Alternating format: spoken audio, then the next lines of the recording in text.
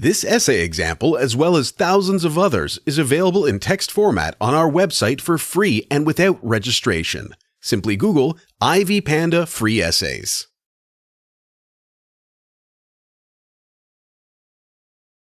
In his Enquiry, David Hume considers the unique relationship between necessity and liberty. It is in Section 8 of the Enquiry that Hume notes the existing dispute between the two. In his work, Hume views liberty as the work of not acting or acting in accordance with the determination of what he calls the will. On the other hand, Hume defines the concept of necessity as the kind of uniformity observed in the unique operations and processes in nature. In his work, Hume states that liberty is the negation of causes and necessity. However, liberty tends to have no existence, and therefore, it makes morality incredibly impossible. Hume, therefore, uses the idea to define necessity as the constant conjunction existing between objects and interference or motivation of the mind from one object to the next. With this understanding in our minds, Hume uses the concepts to explain how we can evaluate actions from a moral point of view or not. However, Hume asserts that actions subject to moral evaluation cannot be distinguished from actions that take place without a cause. He, therefore, uses this understanding to explain that free actions result from our human will. On the other hand, he argues that unfree actions result from external causes to the individual. From this account by David Hume, it is notable that he offers a relationship between necessity and liberty. The philosopher states that our desires and willingness to act as human beings determine our liberty, the ability to act or not act. If the action occurs from the agent's desires, then such an action is voluntary. If the action does not result from the agent's willingness, it is considered involuntary.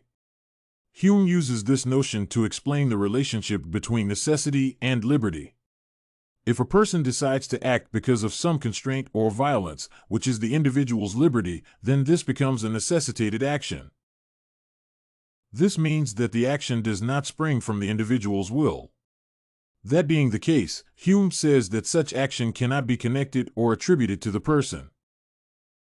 Liberty, as presented and defined by David Hume, is the need to act in a given manner or not to act. For this to occur or not, Hume asserts that the determinations of human free will are significant and cannot be ignored.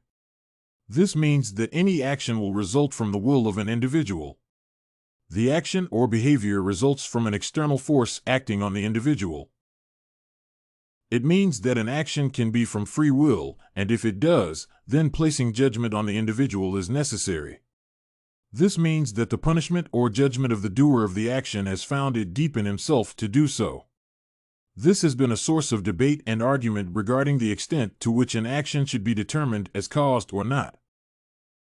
On the other hand, Hume argues that human beings or society should not condemn or judge actions caused by an external force such as violence. This is because the individual had to make the decision from a cause and not from his free will. The causing factor of an act is where the issue of necessity comes in. The philosopher uses these two concepts to explain their relationship with each other. He also explains how they can help to pursue higher justice in the society. If an event forces the individual to act or behave in a certain manner, this makes the individual innocent of the actions. In such a condition, he should not be condemned because the liberty resulted from an external force. From the philosopher's argument, we observe that actions can result from our free will or be determined.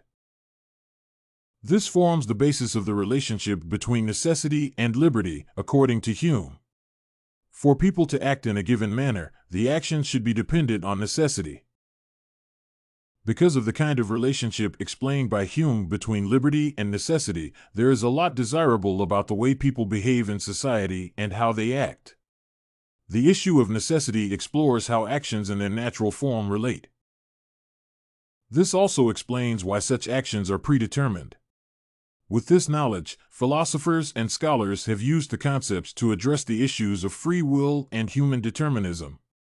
Different philosophers have supported the relationship offered by Hume about the two terms, while others have disregarded the opinions as unacceptable and inapplicable in modern society. If an action is caused or necessitated, the individual cannot be responsible for such actions. From this argument, I believe that Hume's view on necessity and liberty is not plausible at all. According to Hume's views, the same ideas or motives will always be the same actions. This is something debatable because our actions will vary depending on their specific cause. It is because of this that freedom and will have been widely discussed. Another thing that makes the philosopher's account unreasonable is that he does not explain the moral foundation for not punishing some form of actions simply based on their causation. This has been an issue of debate among sociologists and other philosophers regarding the issue of free will, determinism, and social deviance. Through Hume's arguments and opinions, individuals might decide to act in a certain manner threatening a social order. As a result, the moral underpinning of the society remains questionable. While the philosopher presents some convincing ideas and observations, it is necessary to view the opinion as non-plausible because it does not offer moral arguments and support for a free society. The assertion that the same kind of motives will always produce the same kind of action and behavior is another issue of conjecture in Hume's presentation. He also asserts that the same events will always follow the same kind of causes. It is important to agree that this kind of opinion is debatable because other forces are leading to different actions and behaviors. It is because of these issues and arguments that the discussion and presentation of necessity and liberty by David Hume have continued to form an important part of determinism and its relationship with human free will. In conclusion, Hume's argument and account fail to offer a solution to most of the moral problems faced by humankind today. If you want to find more works like this essay on the relationship between liberty and necessity, David Hume, head over to ivypanda.com. It has a collection of samples with thousands of submissions covering virtually all academic subjects.